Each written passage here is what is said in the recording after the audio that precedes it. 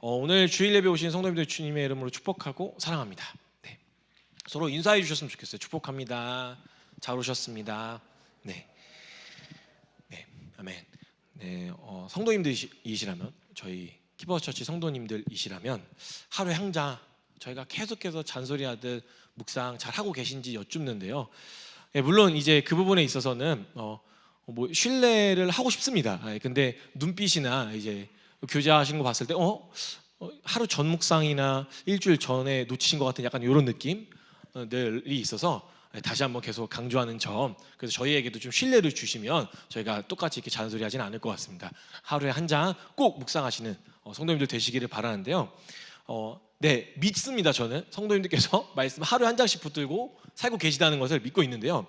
그래서 준비했습니다. 오늘 말씀 준비했는데, 현재 이제 에스겔서를 묵상하고 계시기에 저희가 다른 건 몰라도 이 에스겔서를 읽을 때 다른 것은 다 기억 안 나도 이것만큼은 아셨으면 하는, 묵상할 때 에스겔서 하면 딱 이 문장이 떠오르셨으면 좋겠는, 네, 그래서 이 문장만 보더라도 아버지의 마음을 묵상하게 되시는 그런 말씀을 준비해 봤는데요. 여기서 퀴즈입니다.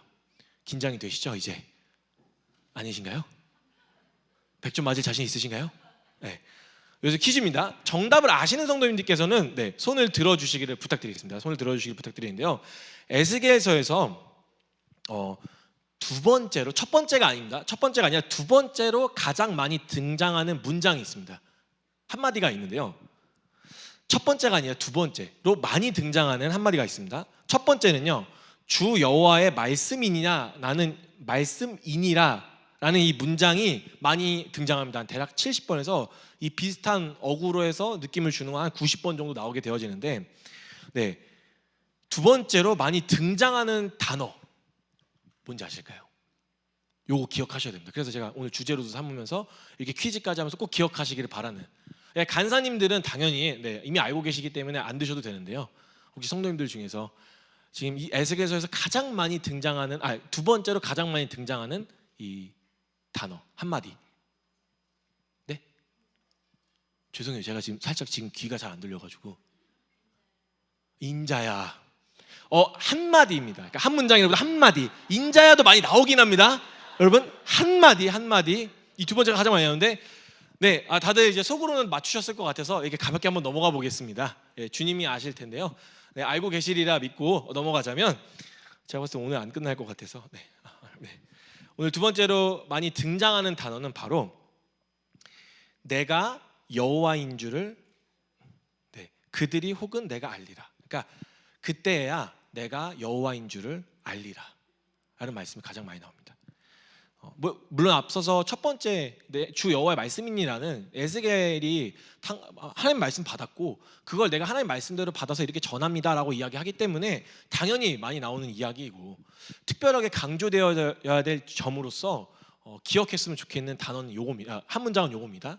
한마디는 요겁니다. 내가 여호와인 줄 알리라. 네, 이 말씀이 두 번째로 가장 많이 등장하는 것을 볼 수 있습니다. 다들 이제 에스겔서 하면요, 아주 유명한 이제 찬양어도 불렀기 때문에 다들 알고 기억하고 계시는 환상들이 있죠. 마른 뼈가 살아나고 그게 큰 군대가 되어져서 환상을 통해서 하나님께서 이런 전적인 능력들로 그런 소망 없는 이스라엘을 두고 일하신다. 근데 요거는 사실 그 48장에 이르러서 사실 한 장밖에 나오지 않는 이야기입니다. 근데 이 한마디는 있잖아요, 계속해서 나옵니다. 내가 여호와인 줄 알리라. 그때야 내가 여호와인 줄을 그들이 알리라. 네, 그렇게 하나님께서 먼저는 강권적으로 일하심으로써 이런 환상들로 기억할 수 있겠지만, 오늘 이 말씀을 꼭 기억하셨으면 좋겠습니다. 내가 여호와인 줄을 알리라. 이 말씀을요, 에스겔서를 생각나면 꼭 기억하셨으면 좋겠고요. 그리고 에스겔서를 이제 앞으로도 들여다 보실 때마다, 그리고 이전에 하셨던 묵상들을 돌아볼 때마다 이 말이 이런 의미였구나를 돌아보시게 되는 시간이 되셨으면 좋겠습니다. 네, 물론 말씀의 경중을 따질 수 없지만요, 오늘 이 문장이 50번 정도 등장하면서 사실상 48장밖에 없는 이 본문에서 50번 등장을 하게 되어지는데, 이는 반복적으로 사람의 언어로서 다 표현할 수 없는 이 엄청난 은혜가 담겨져 있음을 볼 수 있습니다.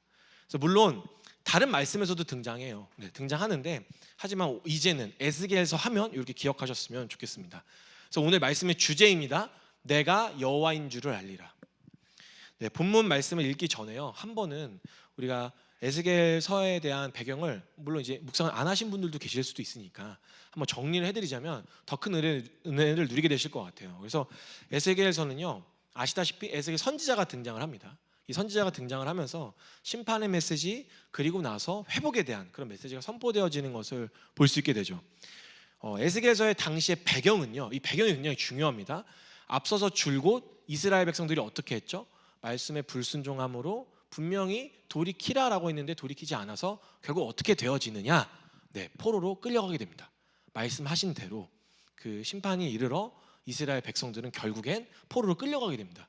그래서 이 포로로 끌려가게 된 상황으로 하여금 이 에스겔 선지자가 이제 사역하는 시간이 되어지는데요. 그런 포로로 끌려가게 되어진 상황을 배경으로 하고 있습니다. 그래서 이 말은 일전의 선지자들이 분명 돌이키라고 안 그럼 심판받게 되어진다고 이야기들을 분명 들었었는데도 불구하고 무시한 채 계속된 은혜를 걷어찬 거죠, 이스라엘 백성들이. 그리고 나서 지금 이때 당시의 상황에선 하나님께서 정하신 그 마지노선을 넘어서 사실상 이스라엘의 지금 이 상태는 가망이 없는 상태라고 보시는 게 맞습니다. 이 에스겔 선지자가 당시 사역할 당시 있잖아요. 그러니까 분명 회복을 꿈꿔볼 수 없는, 그러니까 지금의 당장의 현 상황은 무엇이냐? 이스라엘이 망해서 바벨론의 손에 의해서 망해서 포로로 끌려가게 된 상황. 사실 그다음 또 그 이후에 약속되어진 것은 70년 뒤에나 돌아오게 될 것이다 라는 말씀만 남겨진 채 당시에는 뭔가 기대를 할 수 없는 절망적인 상황이었다는 것입니다. 말씀을 통하여 이스라엘 그리고 그 중심인 예루살렘의 그 죄악을요, 에스겔 선지자가 계속해서 이야기해 줍니다. 너네가 얼마나 죄악을 저질렀는지, 각계각층에서 얼마나 많은 그런 죄들을 범하고 있는지 쭉 나열되어지는 것을 볼 수가 있게 되어지는데, 그런데 여기서 아이러니한 것은요, 돌이킬 생각도 돌이킬 마음도 능력도 없는 그들을 두고서, 그렇잖아요. 이제 심판하셨으면 그냥 그렇게 그냥 이미 다 말씀하셨거든요. 너네 바벨론 포로로 끌려가게 될 것이고 나중에 기회가 돼도 너네 세대는 아니고 나중일 거야. 분명히 말씀하셨거든요. 그러면 그렇게 말씀하시고 나서 굳이 에스겔 선지자가 활동할 이유가 없었거든요. 근데 그럼에도 불구하고 그렇게 그냥 포기하셨어도 됐었음에도 불구하고 하나님께서 계속 에스겔을 통하여 그 포로로 끌려가는 중에, 그다음 예레미야 선지자를 보셔서 아시잖아요. 그 말씀을 보셔서 아시잖아요. 이스라엘 백성 그 듣고서도 계속 애굽 의지하고 눈에 보여지는 상황들을 의지하고 뭔가 되어질 만한 심판받기보다 자신의 죄를 인정하기보다 어떻게 했죠? 계속해서 어떻게든 살아남으려고 이 피해와 이 불안에서부터 벗어나 보려고 계속 방법들을 구하는 거예요. 하나님만을 의지하지 않고 계속해서 자신의 원함과 그런 의지들을, 그다음에 내가 기대할 만한 것들을 붙잡고 따라 나가는 거죠. 그러면 이 에스겔 선지자도 당연하게 그렇게 이미 포로로 끌려가게 된 상황이라면 이야기할 필요가 없었겠죠. 그런데도 하나님께서는 포기하지 않으심에 에스겔에게 계속 말씀하고 계시는 것을 볼 수 있게 되어집니다. 오늘 본문 말씀입니다. 에스겔 33장의 23절에서 29절 말씀입니다. 함께 펴서 보도록 하겠습니다. 에스겔 33장 23절에서 29절 말씀입니다. 제가 한 구절 그리고 성도님들께서 한 구절 함께 교독하겠습니다. 제가 먼저 읽겠습니다. 에스겔서 33장 23절에서 29절 말씀입니다. 여호와의 말씀이 내게 임하여 이르시되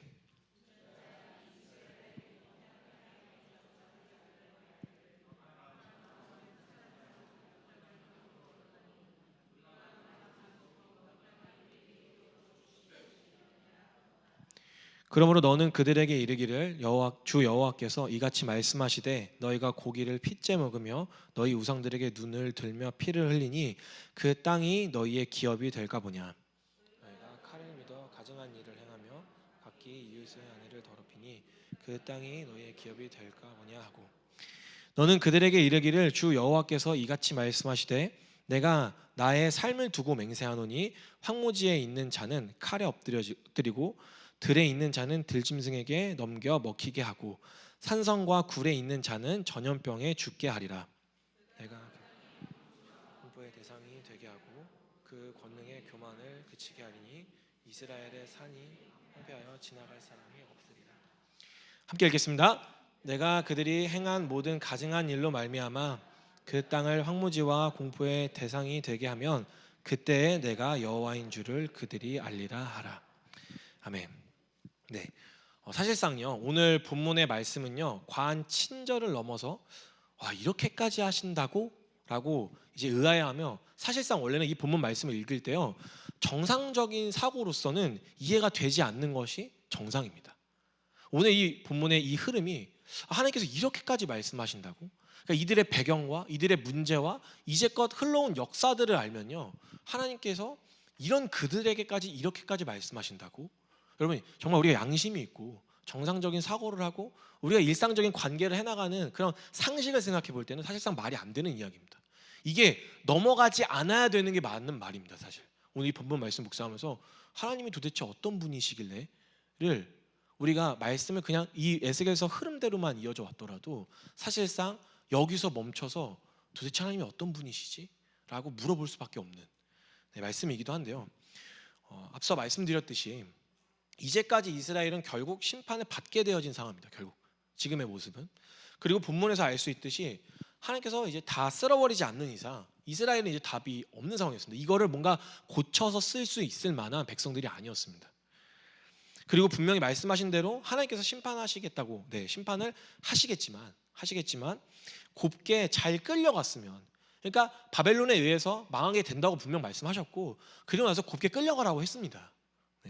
그리고 나서 다시 회복시키실 것도 이미 약속하신 상황입니다.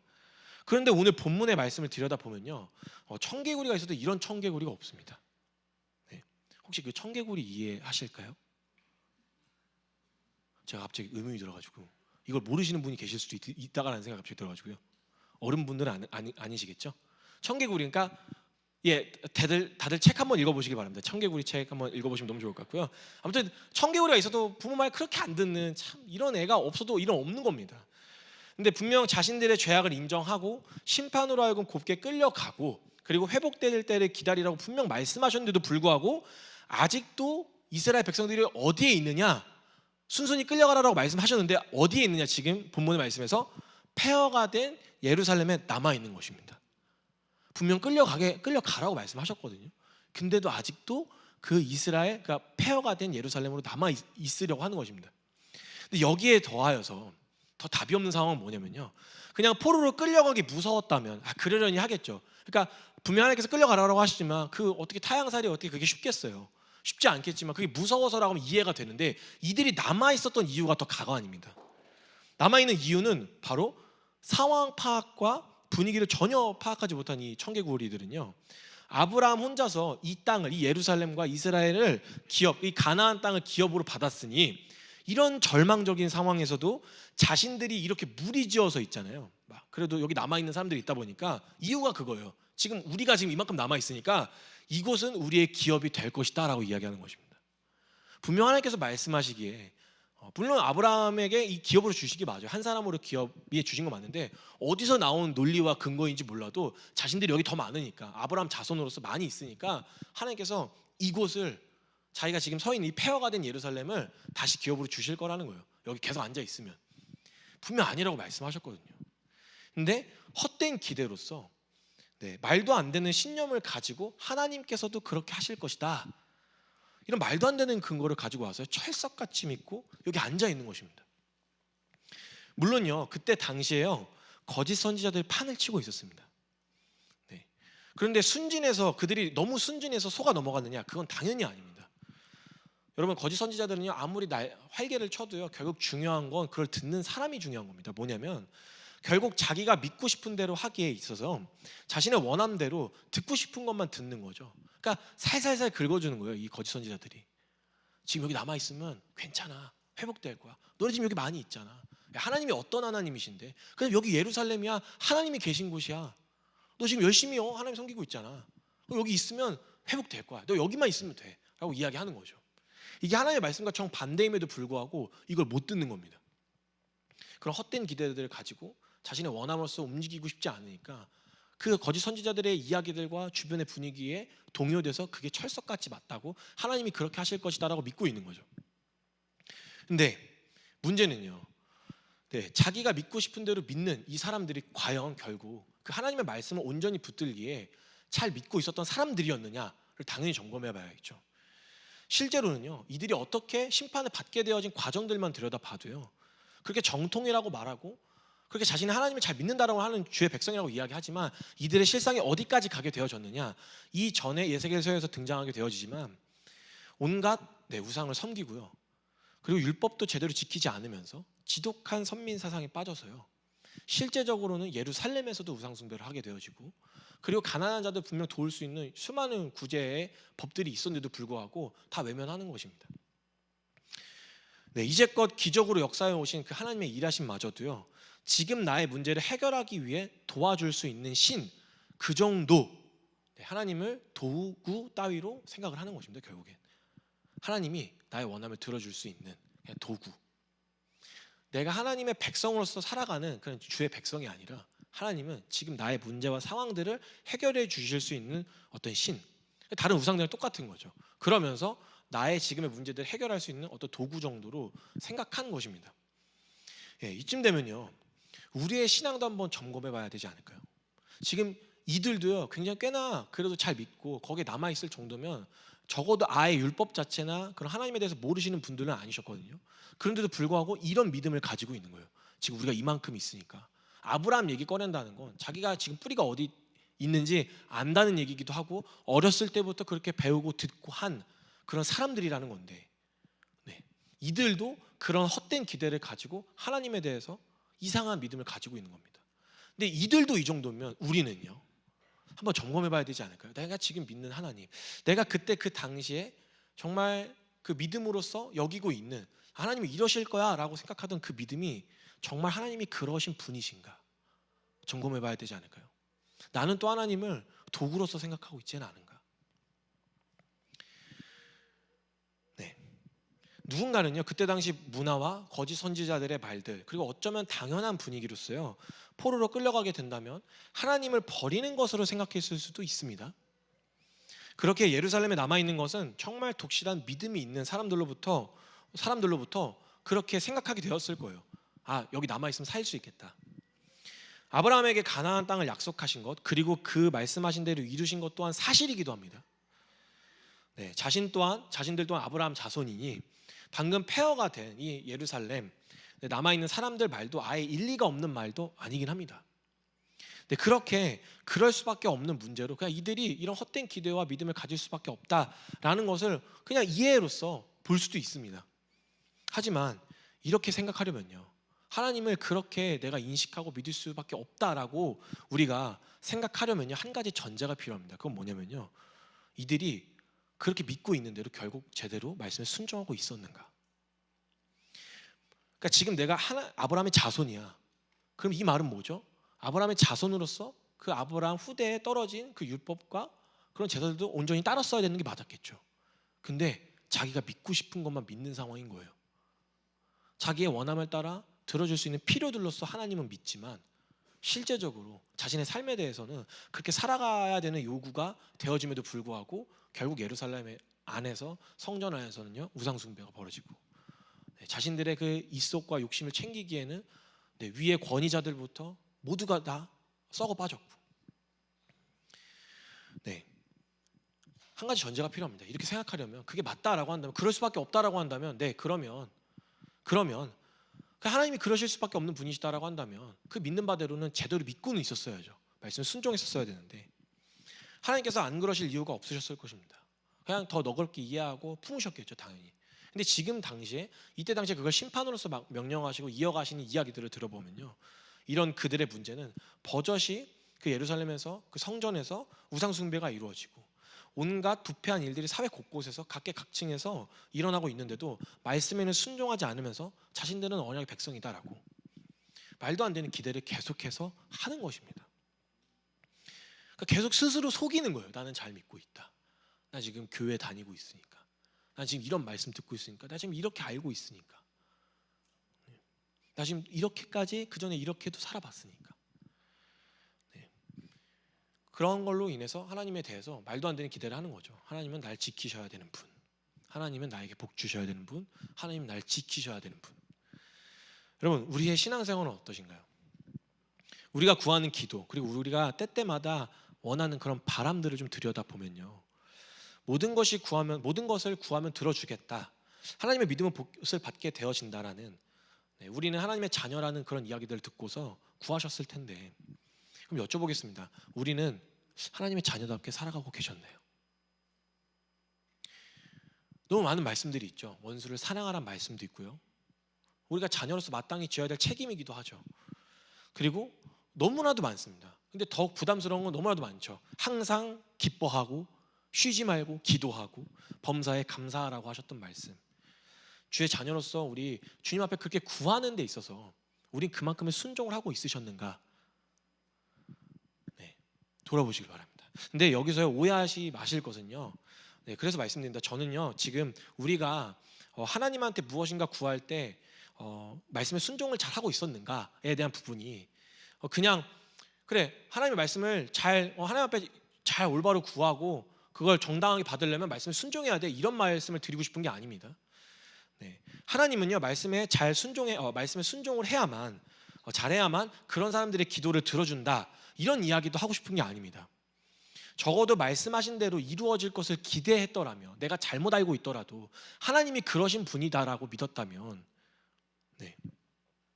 말씀에 대해서 드러나는 나의 실상들에 대해서는, 그리고 외면한 채 막연한 그런 기대로서 살아가고 있지는 않았는지, 분명 말씀을 들여다보고 나는 그렇게 믿고 싶어서 믿어도 그 말씀이 단순히 그냥 나에게 좋게끔만 말씀하시는 게 아니라 나의 문제들, 나의 죄들, 내가 돌이켜야 될 점들도 말씀하셨을 텐데, 그것과 동시에 우리가 말씀에 돌이키는 그런 역사들도 있었는지 점검하자는 것입니다.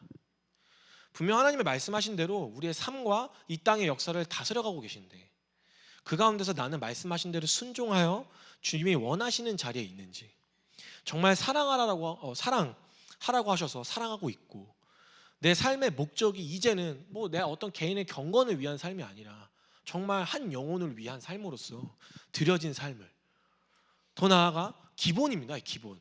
복음을 받았을 때 기본적인 태도는 무엇이느냐? 갈라디아서 2장 20절의 말씀처럼 간결하게 이야기하면 나는 죽고, 내 인생이 아니라 나는 죽고 예수 그리스도의 삶으로 살아가야 되는데, 정말 우리가 복음을 믿고 알고 지금까지 달려왔는데 정말 나 지금의 모습이면 괜찮은지 한번 점검해 보자는 것입니다. 물론 현재 믿으신 지 얼마 안 된 분이 계시다면요, 하나님을 믿으면요 복을 받게 되실 것은 사실입니다. 알고 계셔야 돼요. 믿은 지 얼마 안 되신 분들이라면 꼭 기억하셨으면 좋겠습니다. 하나님을 믿으면요 복을 받게 되실 것입니다. 그리고 정말 부유해지실 것이에요. 부유해지시고요, 그리고 매일 정말 행복한 삶을 살게 되실 것입니다. 그건 제가 그렇고요, 또 이제껏 보여주신 선배님들이 증언하실 것입니다. 정말 행복한 삶, 하나님을 믿으면 복을 받게 되어진 건 사실입니다. 주님은요 우리가 복을 받기를 원하십니다. 날마다 우리가 행복하기를 바라십니다. 그래서요, 하나님은 말만 하시는 것이 아니라 2000년 전에 약속하신 대로 이루셔서 세상에 가장 큰 복, 누구도 줄 수 없고 이보다 큰 복이 없는 그런 복을 우리에게 주시기에, 하나님은요 복 그 자체이신 자신의 전부를 우리에게 십자가에서 예수 그리스도를 통하여 이미 주셨습니다. 네, 맞습니다. 이미 주셨고요, 우리가 십자가에서 죄 사함을 받고, 그리고 부활하신 이제 예수님을 믿는 믿음으로 하나님의 자녀가 됐잖아요. 그 됨으로써 성령의 하나님은요 우리 안에 계십니다. 그 복 자체가 우리 안에 있는 거예요, 이미. 그리고 하나님 아버지는요, 그런 우리의 삶을 통하여서 하나님의 나라를 이루어 가시고요, 그냥 어떠한 능력을 가지고 영향력을 끼친 채로 사람들을 뭔가 널리 이롭게 하는 수준이 아니라 한 생명을 살릴 수 있는 하나님의 그 복음의 능력이 우리 안에 있고, 우리가 그렇게 살아갈 수 있도록 엄청난 일들을 우리의 삶을 통하여서 이루어 가신다는 것입니다. 그렇게 가장 완벽하고 완전한 삶으로서요 우리를 계획하시고 지금도 인도해 가고 계십니다. 그래서 단호하게 말씀드립니다. 이 세상에요 주님보다 더 큰 복은 없습니다. 하나님 그 자체가 우리와 함께 계시면 우리 안에 살고 계신다라는 거. 그래서 기억하셨으면 좋겠습니다. 하나님이 우리의 복 되신다라는 거. 그만큼 우리를 사랑하시니 하나님의 말씀 따라 순종하는 삶이 가장 안전하고 완전하며 행복한 길이다라는 것을 말씀드리고 싶습니다. 그래서 본론으로 돌아와서요, 복음을 믿고 이 자리에 계신 성도님들에게 좀 여쭙고 싶습니다. 정말 우리 오늘 본문의 그 상황에서 황폐한 땅에 거주하던 자들과 같이 그런 말씀에 불순종하고 있으면서 헛된 기대를 가지고 그런 신앙생활들을 하고 있지는 않는가? 여러분, 우리가 하나님과의 내적 그런 친밀함으로써 구하는 기도들도 분명 있으시잖아요. 원망하시기도 하시고, 또 우리가 하나님의 자녀 됐으니까 그런 관계들 안에서도 구할 수도 있는 이야기들이 분명히 있죠. 뭐 저 사람 욕하기도 하고, 실제로 그런 어려운 부분들을 토로하기도 하고, 또 인간적인 필요들을 구할 수도 있겠죠. 그럼 점검해 봐야죠. 나는 그런 하나님 앞에 내적 친밀함을 구하면서까지 나는 그런 합당한 책임으로서도 하나님의 자녀답게 살고 있는가? 여러분, 이거 점검해야 되는 거 아닌가요, 우리? 오늘 사실 이 단어 내가 여호와인 줄 알리라 왜 말씀하셨을까요? 본문 이스라엘에서의 문제는요, 앞서 말씀드렸다시피 너무나도 단순한 이야기입니다.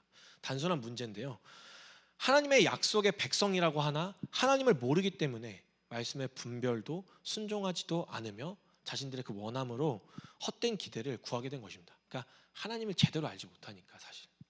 그래서 하나님께서 말씀하신 자리는 그들을 살리기 위해서라도 바벨론의 포로로 순순히 끌려가는 것이었습니다. 분명히 말씀하셨는데, 이스라엘은요, 명분을 지킬 그런 나라로서 존재할 필요가 있었던 게 아니라 실제 말씀에 순종함으로써 하나님의 거룩과 의, 그리고 그 하나님의 놀라운 사랑을 드러내기를 원하셨기 때문에 그 율법을 지키지 않으며 우상 숭배를 했던, 자신들의 죄를 인정하고, 이스라엘은 자신들의 죄를 인정하고 심판을 경험히 받을 것을 분명 이미 앞전에 말씀하셨습니다. 하나님께서는요, 이러하게 우리에게 주신 사랑이 원수도 품는 사랑이고, 또 죽기까지 사랑하신 하나님의 사랑은요, 이 땅의 모든 민족이 예수 그리스도를 알아가기에 모든 이와 화평하게 할 수 있으며, 그리고 그 누구도 소외시킬 수 없는 능력의 복음이었습니다.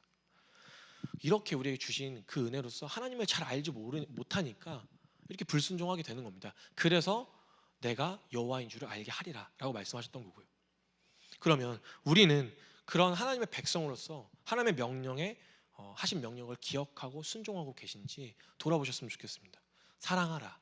정말 우리는 말씀에 순종하며 살아가고 계신가요? 그때 당시 이스라엘 백성들이 그 지독한 국수주의 있잖아요. 그리고 외식하는 그 신앙생활 아래서 바벨론의 포로로 끌려가기 싫어했던 것처럼 우리 또한 사랑해야 되는 자리를 그렇게 여기고 계시진 않으셨나요?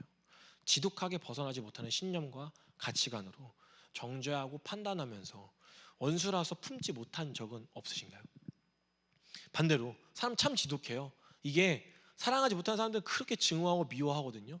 근데 내가 내 기준과 내 원함에 맞다고 한다면요, 하나님이 말씀하신 자리가 아니어도 그만큼의 에너지가 어찌나 있는지, 눌러앉아 있는 그런 자신의 원함과 그런 뜻을 내 마음과 원함대로 하나님의 뜻이 그 자리를 원하지 않으신데 계시지 않으신가요?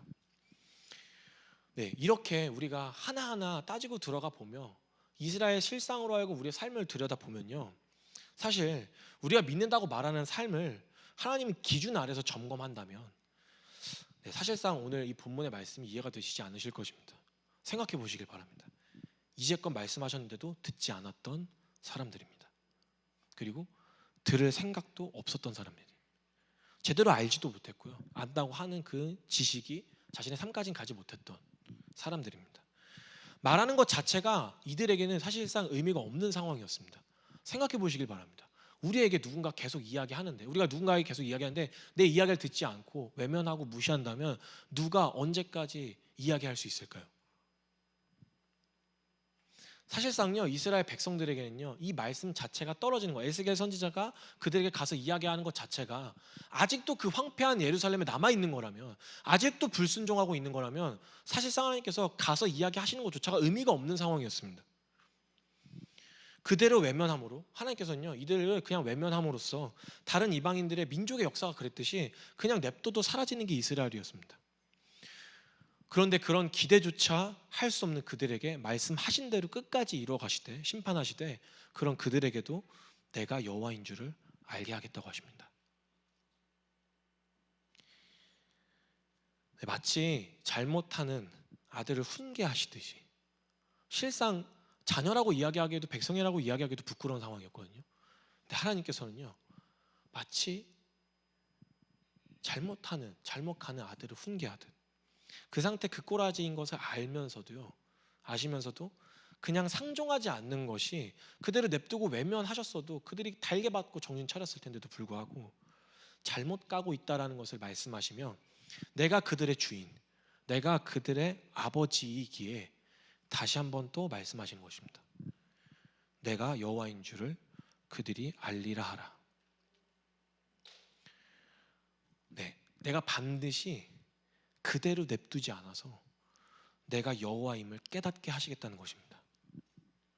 마치 버릇없는 아이니, 아니요, 아이라고 표현하기보다 사실 패륜적인 거죠. 이스라엘은 그런 패륜적인 자식이라도요, 그 자식을 포기할 수 없는 부모가 찢어지는 그런 가슴을 부여잡고 자식의 손을 붙잡고 이야기하는 것입니다. 그래도 너 내 자식이야. 내가 너를 어떻게 낳았는지, 내가 너를 어떻게 키웠는지 너가 지금 잘 몰라서 그래. 넌 그래도 내 자식이야. 내가 네 아빠야.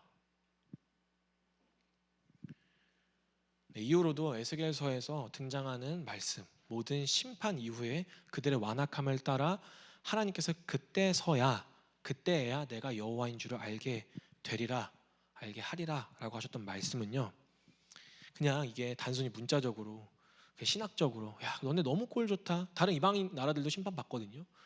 너네 너무 꼴 좋다, 너네 그렇게 완악하게 굴면서 나를 모른 척했지, 내가 너희들 심판하게 되어지면 너네들은 내가 짱인 것을 알게 될 거야, 내가 너 그렇게 증명할 거야 라는 그런 말씀이 아니었습니다. 만약 그런 상식으로, 그런 인식으로 하나님을 그렇게 인식하신다면요, 이거 말씀이 어떻게 해석되어질지 모르겠는데 한번 생각해 보시길 바랍니다. 그런 인식을 가지고 말씀을 들여다보면 한번 생각해 보시기 바랍니다. 하나님이 왜 스스로 존재하시며 영광스러운 분이 격이 다른 우리와 실랑이를 그렇게 해가시면서 우리의 어떠함이 하나님 앞에 무슨 상관이라고 그런 알량한 자존심을 부려가시면서 우리를 심판하려 하실까요? 죄가 결국 가볍다는 이야기는 아닙니다. 근데 도대체 우리가 뭐라고 하나님께서 그렇게 신경 쓰셔야 할까요? 야, 내가 너네 심판해서 내가 그래서 하나님이야 이렇게 증명하셔야 할 이유가 어디 있냐는 것입니다. 눈을 들어 하나님을 보면, 여러분 밤에 보시면 알잖아요. 밤하늘 보면요, 달도 그 큰 돌덩어리도요, 우리가 지금 이 땅에서 보면 그렇게 작게 보이는데 하물며 하늘에 높으신 분이 먼지보다 못한 우리를 두고서 왜 이런 서사를 써내려 가셨어야만 하셨을까요? 심심하셔서요? 그래야만 하나님의 존재가 증명되어지기 때문에? 아닙니다. 여러분 이거 정말 조금만 들여다 봐도요, 정말 조금만 생각해도 말도 안 되는 이야기입니다. 그렇게 인식하려고 하면 신학적으로요, 아무리 떠들어 이야기하고 싶어 봤자 진정으로 하나님을 하나님으로서 안다면요, 단순히 이 오늘 한마디가요, 너네 틀렸어, 내가 옳아, 그걸 난 증명할 거야 라는 그런 식의 말씀이 아닌 것을 알 수 있습니다. 십자가에서요 이루신 사랑을 믿는다면요, 이렇게까지 반응하시는 이유는 단 한 가지밖에 없습니다. 심판이 목적이 아니라 그냥 격이 안 되는 그런 미천한 존재가 하나님을 알아야 되기 때문에가 아니라 자신의 형상을 닮아 지어놓은 사랑스러운 자식에게 가장 좋은 거 주고 싶기에 헛된 기대와 소망을 바라보다가 허무하게 죽는 것이 아니라 우리에게 가장 좋은 것, 당신 스스로를 깨닫게 하고 싶으신 것입니다. 여러분 우리 성도님들만은요, 말씀 가운데서 우리 교훈이나 그런 깨달음으로서만 말씀을 대하는 게 아니라 정말 이 말씀 가운데서 하나님 아버지의 마음을 발견하게 되시기를 바랍니다. 네, 그리고 만약 이스라엘이 그런 포로 생활을 겪으며 고생하는 것과 같이 지금 우리 현재 인생의 삶에 펼쳐진 그런 일들 가운데서 인생에 있어서 어려움이나 그런 괴로움을 마주하고 계시다면요, 오늘 말씀으로 하여금 기억하시기를 바랍니다. 주님께서 지금 붙잡고 계십니다. 우리가 마주한 어려움과 고난 있잖아요, 우리의 죄 때문에, 우리의 문제 때문에 일 수는 있으나 꼭 그렇다고만은 장담할 수는 없습니다. 하지만 한 가지 확실한 것은요, 막연한 기대와 긍정적인 사고 방식으로 지금의 상황을 뛰어내보려고 애를 쓰지 마시고요, 혹은 그런 상황들로 인해서 절망이나 자책으로 낙담해 계시지 마시고요, 이제는 눈을 들어서 우리의 인생을 주관하고 계시는 분이 주님이심을, 오늘도 가장 안전하고 완전한 길로 주님 오늘도 말씀하고 계시고 인도하고 계심을 기억하시기를 바랍니다. 내가 이전에 어떠한 모습을 가지고 있었느냐가 중요한 게 아니라 그래서 주님이 내게 필요하다라는 것을 기억하시기를 바라고요. 우리에게 마주한 상황들 그때마다 지금 어떤 상황 탓, 사람 탓, 그런 일전에 내 문제들 탓을 하는 게 아니라 지금 하나님께서 나를 가장 완전한 길로 인도하고 계시니 다른 건 몰라도 내 실수였을 수도 있겠죠. 내 잘못이었을 수도 있겠고 내 문제였을 수도 있습니다. 허나 주님 지금 가장 선한 길로 인도하고 계시니 오늘 이제 한 걸음 어디로 인도하고 계실지를 바라보시기를 바랍니다. 이스라엘 또한 바벨론에 포로로 끌려가는 것이 당사자들로 하여금 쉽지는 않았을 것입니다. 하지만 이미 선지자들을 통해서 분명 말씀하셨고요. 그리고 실제 하나님은 그런 포로로서 포로 귀환까지도 인도하신 분이셨습니다. 그리고 이뿐만이 아니라 끝내는 우리는 알잖아요. 2000년 전에 십자가에서 무엇을 이루셨는지. 결국 소망 없는 죄인들에게 어떠한 생명과 사랑을 허락하셨는지 우리 알잖아요. 네. 모두가 믿기만 한다면, 예수 그리스도로 믿기만 한다면 하나님의 자녀가 되는 권세를 주셨습니다. 그러니 가끔 우리가 옳은 길에 서 있는지, 상황이나 환경이 이렇게 막 휘몰아칠 때, 감정과 문제들로 인해 무너지려 할 때 막연한 그런 기대와 확신들을 가지고 자기를 위로하듯이 살아가는 것이 아니라요. 하나님 그러실 거야, 이렇게 하시고 이런 거 말고요. 무너지는 것, 그리고 잃어버리는 것은 애초에 우리 것이 아니었다고 생각하시면 됩니다. 그래서 오히려 우리가 하나님이 아닌 다른 것들을 의지하고 있었기 때문에 그 붙들고 의지하던 것들을 주님께서 흔드신 것이라고 믿으시고요. 그 믿는 가운데서 그냥 주님이 내 거 다 빼앗는 분이 아니라 우리의 인생의 주인이 누구신지 바라보시며 말씀 안에서 하나님을 바라보시며 우리에게 주실, 우리를 사랑하셔서 붙드실 그 은혜를 여러분 바라보시기를 바랍니다. 주님 말씀하십니다. 그때 그제서야 내가 여호와인 줄 알리라. 내가 너의 아버지다. 매를 드셔서도요, 자신의 마음을 찢으실 수밖에 없는 아버지의 마음을 바라보시길 바랍니다. 물론 저도 이렇게 묵상을 하면서 맞지라고 묵상을 하지만 참 이게 매맞는 자녀의 입장도 또 있잖아요. 내가 원하는 대로 안 되고 또 제한이 걸리면 뭘 하려고 하는데 자꾸 뭔가 걸리적거리면 사실 어려울 수도 있습니다. 이렇게 신앙생활 하다가 그런 거 있잖아요. 뭔가 내 뜻대로 되어지지 뭔가 신앙생활 한다고 했을 때에도 뭔가 뜻대로 되어지지 않고 어려울 때, 그럴 때도 한 번만이라도 한번 생각해 보시기를 바랍니다. 우리 나의 계획과 원함대로 사는 삶이 아닙니다, 여러분. 아시잖아요. 나는 죽고 예수로 사는 삶입니다. 애초에 우리가 어려워할 주제가 아니었다는 것입니다. 내 뜻대로 안 되는 거? 당연히요. 감사하죠. 그렇게 우리가 애초에 어려워할 것이 아니라 그 뻣뻣한 고개를 이제 들어서 주님을 봐야 할 때임을 기억하셨으면 좋겠고요. 그런 말씀에 순종하는데 그래서 온 것 같은데 꼬이는 순간들이 있잖아요. 우와, 이게 어떻게 감당하지 못할 순간들이 분명 찾아올 때도 있습니다. 그런데 걱정하지 마실 것은요, 주님은 아시잖아요, 여러분. 유대인들의 그 핍박 가운데서도 그 조롱받는 그런 저주하는 그런 십자가 자리에서도 하나님의 사랑을 드러내실 수 있는 분이십니다. 주님은요, 한 번도 그 당신의 사랑이, 하나님의 사랑이 이 땅에 증거되어지게 하시는 데 있어서 막히거나 실패하신 적이 없으십니다. 그저 말씀하신 대로 이루시는 주님을 그런 제한과 어려움을 느낄 때마다, 당황스러울 때마다 바라보시기를 바라요. 주님도 지금 그 말씀이 이루어져 가고 계신다. 그렇게 또 어쨌든 인식하는 과정 가운데서도 쉽지 않으실 거예요. 분명 성도님들께서도 크고 작은 영역들로 씨름하게 되실 텐데, 저만 해도 이런 묵상을 하고 마저 넉넉히 승리하고 싶죠. 근데 딱 마주하게 되는 그 삶의 현장은요, 생각해보면 얼마나 유치하고 부끄럽고, 참 이게 순종이 넉넉하게 되지는 않는지 들여다보게 되는데, 그래서 제가 이제 아무래도 이제 말씀을 준비하는 가운데서 나의 문제들을 인식하고, 나의 죄됨을 인식하고, 문제들을 인식하고, 그 나의 계획들을 내려놓고, 왜냐면 지금 나는 나로서 사는 삶이 아니잖아. 예수로 사는 삶이니까 예수님의 자녀들 생명으로 살아가지라고 매 순간 고백하면서도 그 말씀하신 대로 따라 인도하여지는 것이 달갑지 않은 순간들이 펼쳐지게 되어지는데요. 그 육신을 입고 살아가다 보면 얼마나 힘든지 또 깨닫게 되어지잖아요. 참 제가 이제 헌신하고 생각해 보니까 갑자기 이런 일들이 있었는데, 헌신하고서 제가 이제 선교사로서 이제 이런 싸움들을 하는 것이 솔직히 좀 부끄럽기도 해요. 일상을 나누는 것이 부끄럽기도 하고 좀 유치하게 느껴지실 수도 있지만, 제가 이게 얼마나 쉽지 않은지 좀 경험해보고 또 그냥 이런 작은 영역에서부터도 성도님들께서 좀 기억하셨으면 좋겠는 마음에 나누자면, 제가 이제 설 연휴 기간이었잖아요. 저희가 쉽지 않은 시간을 제가 좀 보냈습니다. 계속 제가 이제 수업과 숙제를 수행해 가야 되는데 주일 말씀을 준비해야 되고 막 애들도 챙겨야 되잖아요. 뭐 결혼해서 애들이 있으신 분들 아시겠지만 막 정신없이 뛰도는 애들 막 이렇게 챙겨야 되고, 막 주일은 오늘 말씀 전해야 된다 가지고 막 주일은 막 빨리 다가오는데, 그래서 저의 계획은 무엇이었느냐, 한 수요일 날쯤 적당한 너무 합리적인 변명을 해가지고 빨리 복귀하자. 그러면 애들은 여기에 센터에 풀어놓는 순간 내 손을 터치하지 않으니까 최대한 한번 머리 좀 굴려보자. 그래서 센터에 복귀를 해서 제 계획은 그랬습니다. 수요일 날쯤 복귀해서 과제와 업무에 좀 집중을 하자라고 했는데, 갑자기 화요일 날쯤에 제게 미션이 하나 떨어지게 됩니다. 그게 뭐냐면요, 목요일 날, 원래 저희가 휴가가 목요일까지였습니다. 근데 목요일 날 아이들과 풀로 시간을 보내라는 그 지령이 하늘에서는 아니고요, 옆에서 떨어졌습니다. 제겐 정말 너무 가장 절망적인 숙제였습니다. 그래서 물론 이제 이런 이야기 하는 게 좀 아버지로서 좀 미안하기도 하고 못난 아버지 같은데요, 그래도 저는 이런 상황과 현실을 두고서 상위 0.0001%의 남자이기 때문에 마음을 비우고 수행하려고 했습니다.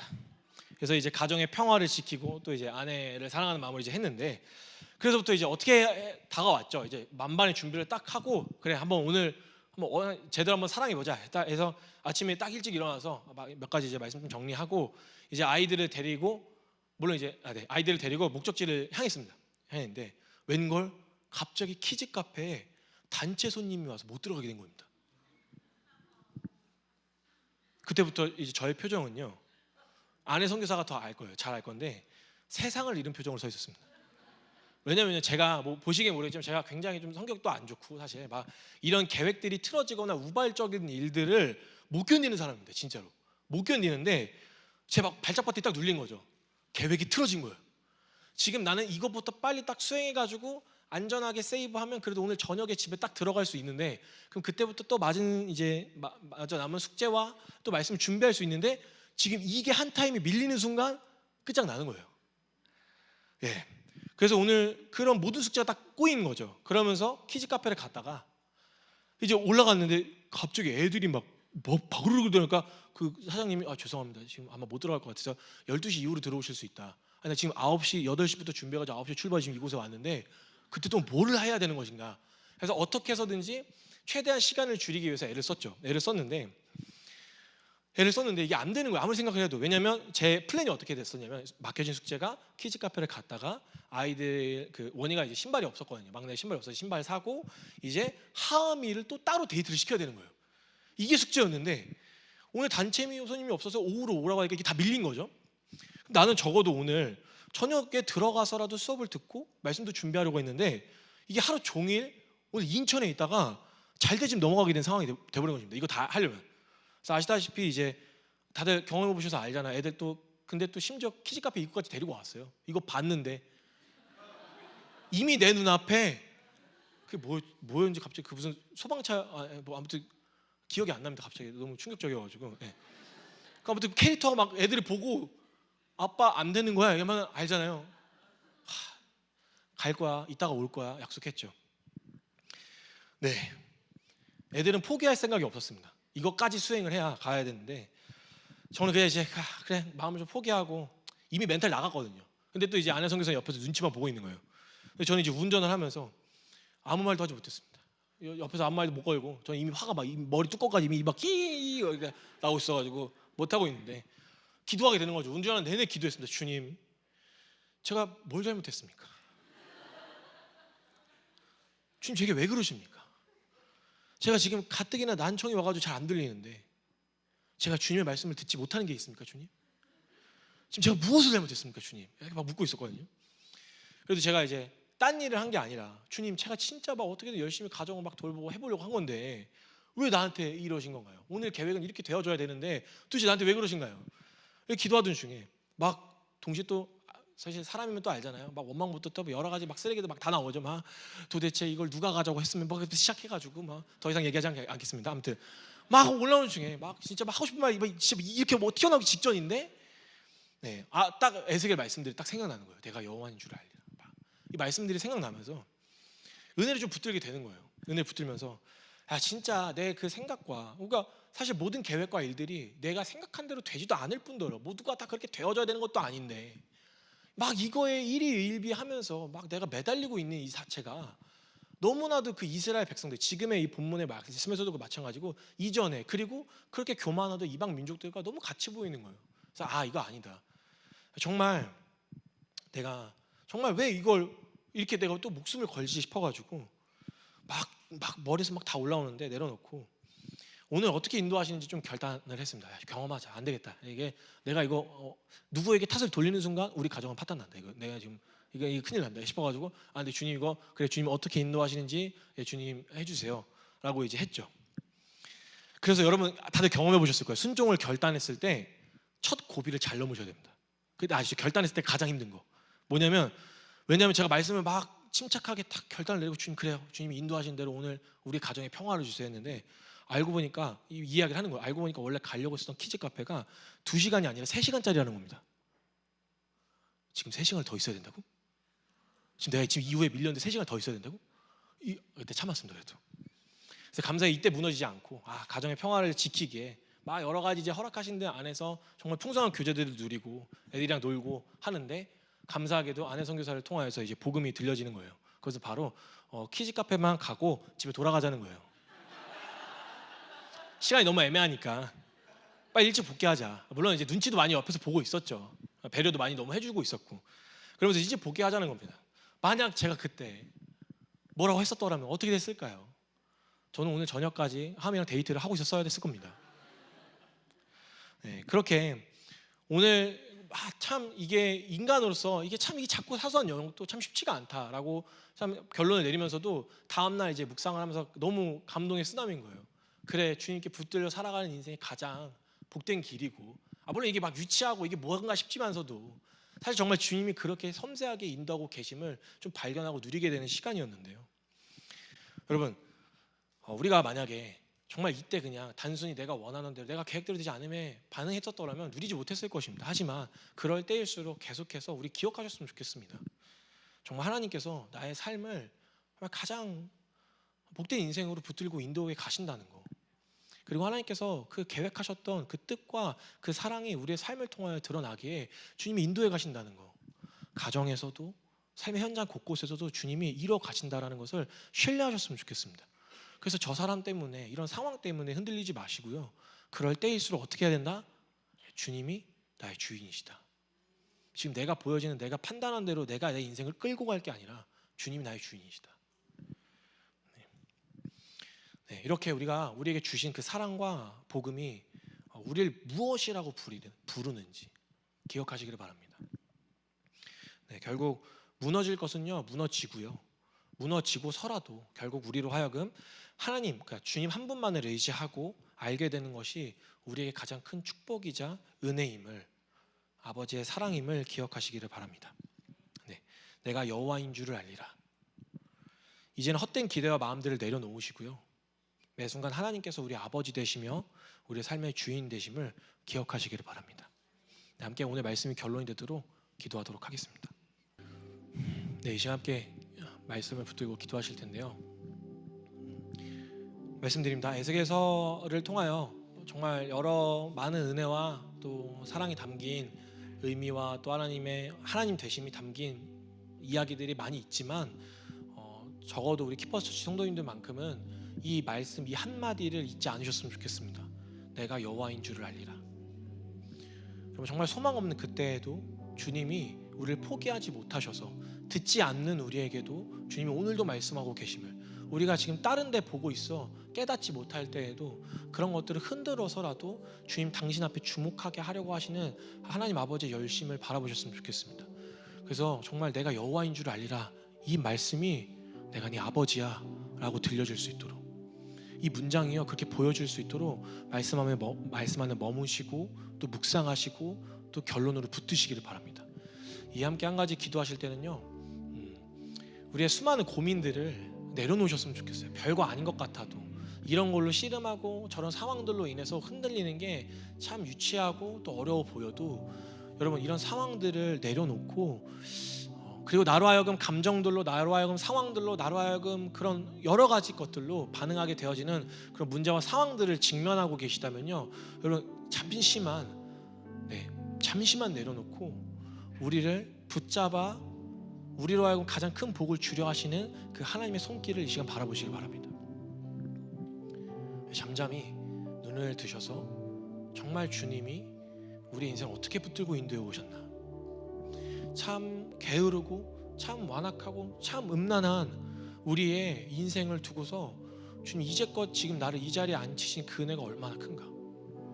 그럼에도 불구하고 참 어제까지도 형편없었던 우리의 믿음들로 가지고서도 주님 오늘도 우리를 자녀 삼으시기에 당신의 뜻과 일들을 행하시기에 이 자리까지 불러 인도하신 하나님의 열심은 어떠한 열심인가.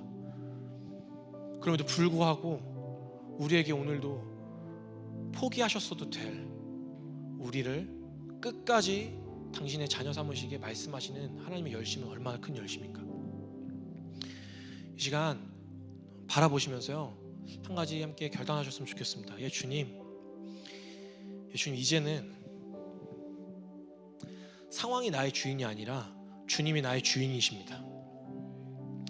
주님 이제는 그 사람이 나의 주인이 아니라 주님이 나의 주인이십니다. 주님 이제는 그 문제가, 하나님 아버지, 그 문제가 나의 주인이 아니라 주님이 나의 주인이십니다. 아버지, 나의 어떠함이 나의 주인이 아니라 주님이 나의 주인이십니다. 주님 나로 하여금 내가 주 여호와께서 나의 아버지 되심을 깨달아 알게 하여 주시옵소서. 하나님 오늘도 매 순간 내가 흔들리고 좌절할 때마다 주님 말씀하여 주셔서 주님이 나의 주님이심을 발견하게 하여 주시옵소서. 오늘도 주님만을 바라보겠습니다. 사랑하는 주님만 바라보겠습니다.